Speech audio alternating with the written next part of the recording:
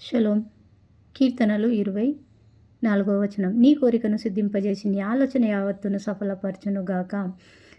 మన ఆలోచనలను సఫలపరిచే దేవుడు, మన కోరికలను సఫలపరిచే దేవుడు మనకున్నాడు.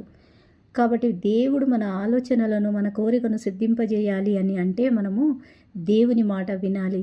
యోహాను 15లో చెప్పినట్టుగా దేవుడిని మాటలు, మీ యందు నా మాటలు ఉన్నట్లయితే మీ కోరికలు నెరవేరుస్తాయి అన్నట్టుగా దేవుడు కూడా అక్కడ మనకు చెప్పారు. దేవుని మార్గంలో మనం నడిచినట్లయితే మన ప్రతి కోరికను, ఆలోచనను, మంచి ఆలోచన, మంచి కోరికలను దేవుడు సఫలపరుస్తారు.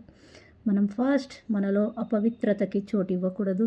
మనము ఏ మాత్రం దేవుని మార్గంలో నుండి తొలగిపోయే వారముగా కాకుండా చక్కగా దేవుని మార్గంలో నిలబడినట్లయితే, నడిచే వారమైనట్లయితే దేవుడు తప్పకుండా మన ప్రతి ఆలోచనలను నెరవేరుస్తాడు.